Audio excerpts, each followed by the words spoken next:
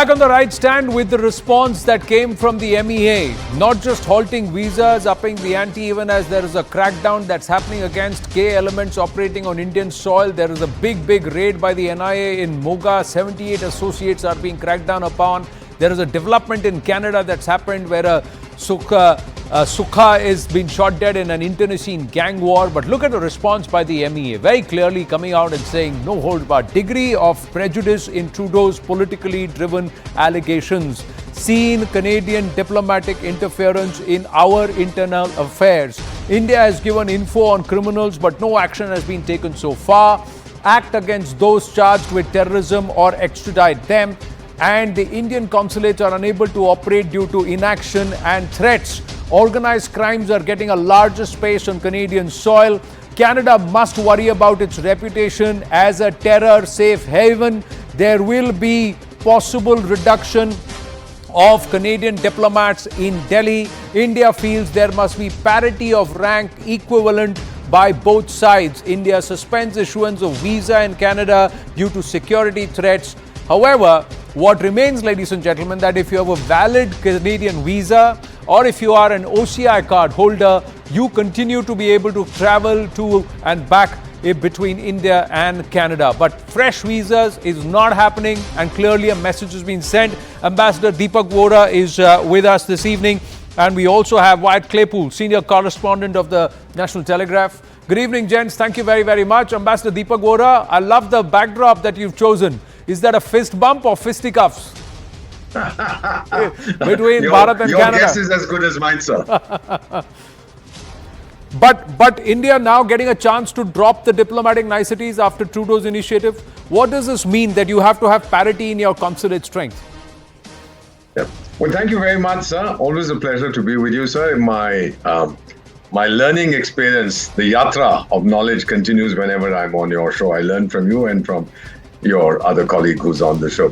Let me put it to you like this. When we say that there should be parity, it means that I'm not going to have 15 people in my High Commission, for example, in Canada, where you have 15,000 in New Delhi. There has to be some kind of parity. One or two here and there is acceptable. But there is an unwritten convention. Of course, there are certain countries like the United States that send very large numbers, and we are unable to match it for different reasons. Sir, let me also tell you something very interesting. In one of my postings, the Americans decided that the young people of that particular country would be given 500 student visas every year to study in the United States. So the American ambassador and I met somewhere, and he said, we are giving 500. And so I've asked Washington to send me 10 additional staff to process the visa. Then he said, how many visas do you give for students from this country? I said, sir, about 3,000. He said, oh, wow, you must have a very large education section. I said, yes, my personal secretary and I, we are the educational section. Just goes to show that, one, we are far more competent and capable than these jokers who pretend to be among the most developed countries in the world. What we are seeing over the last few days is a parade of gaffes by the leader of a rich so-called democratic nation, a miserable fellow called Justin Trudeau, also known as the Prime Minister of Canada. I've been in diplomacy 50 years and counting. A cardinal mistake in diplomacy is to tell lies. Stung by his inability to protect his favorite terrorist, a Khalistani character called Hardeep Singh Nijjar, a plumber, fellow was a plumber turned fanatic who had entered Canada illegally and was gunned down in June 2023. Trudeau created diplomatic history by lying to his own parliament that he had credible allegations but no evidence of Bharat's involvement in the murder. This is a new terminology, credible allegation. Sir, I have heard credible lies that Trudeau is insane. Credible lies, what does that mean, sir? It's not English, it's an oxymoron. I've never heard of this. Had he credible evidence, we would have said, all right, he's talking about something that might make sense. Then he says the killing was interference in Canada's internal affairs. Then he makes a mistake by naming and expelling an Indian diplomat without any proof of undesirable activity. Sir, he endangers the officer's safety. In my 50 years in diplomacy, I have never seen such a blatant violation of established international conventions. So when we are hitting back we are letting him know, and the rest of the world by extension, that this is a new India. You can't kick me around and expect me to take it lying down. There was a time when some of the rich countries would ask us to jump, and our only response would be, how high? But now, India gives it right back and twice as hard. And I believe we are going to make an example of Canada about time.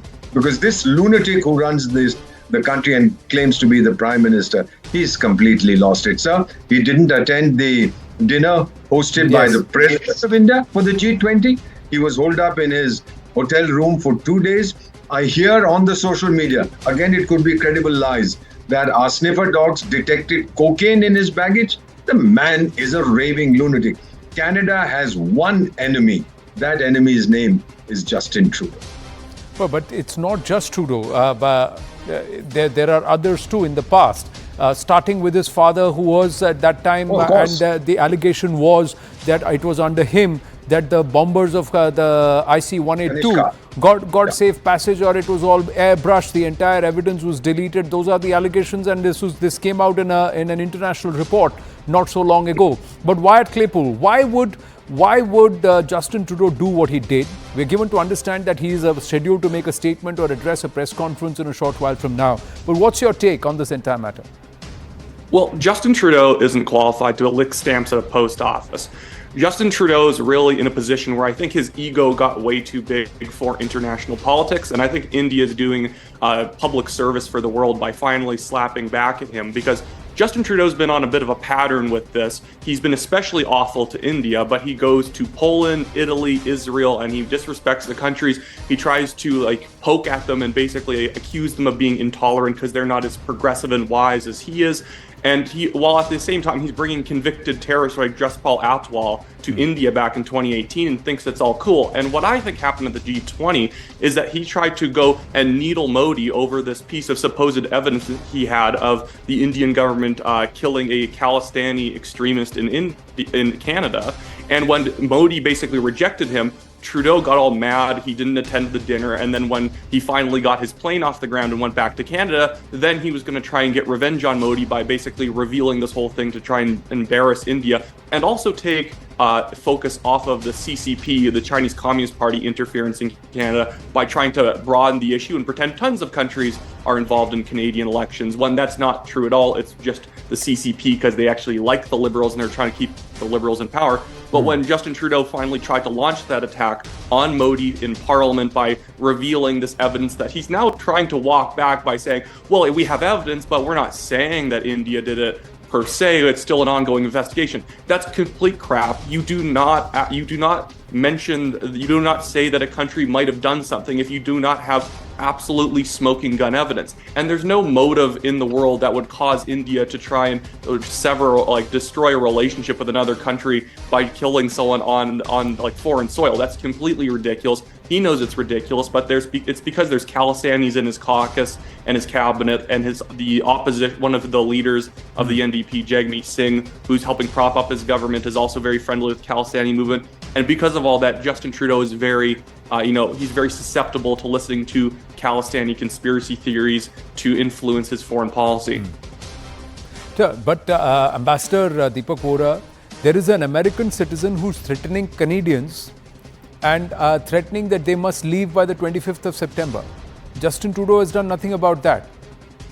He's not issued a demarche to the American envoy there. He's not highlighted the presence of this American citizen threatening Canadian nationals.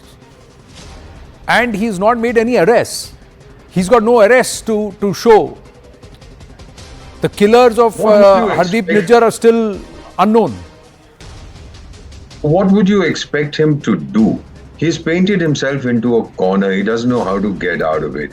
There are reports now, and I saw this in the Washington Post, that before even coming for the G20, he had spoken to some of his so-called Five Eyes, which is now reduced to 4 don't sees, because I think they don't trust Canada anymore.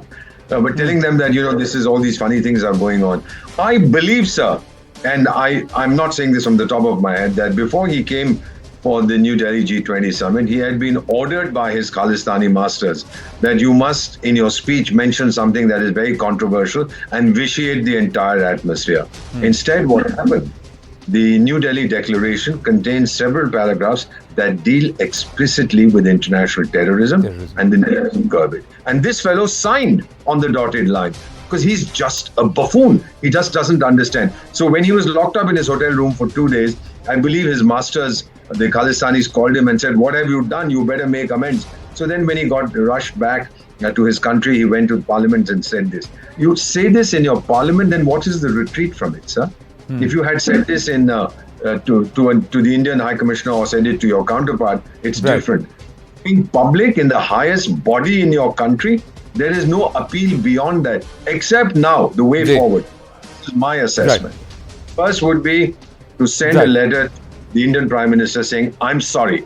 And then to tell his own parliament that I was misled. He can fire his foreign minister or his intelligence chief or whoever. We are given to understand, sir, I've run out of time, but we're given to understand the intelligence is also not backing whatever he's floated in Parliament on the floor of the House. That's the word that we are getting. But thank you, gentlemen. Thank you very much. Winding up the right stand on that note. Brass Tacks with Zaka right now.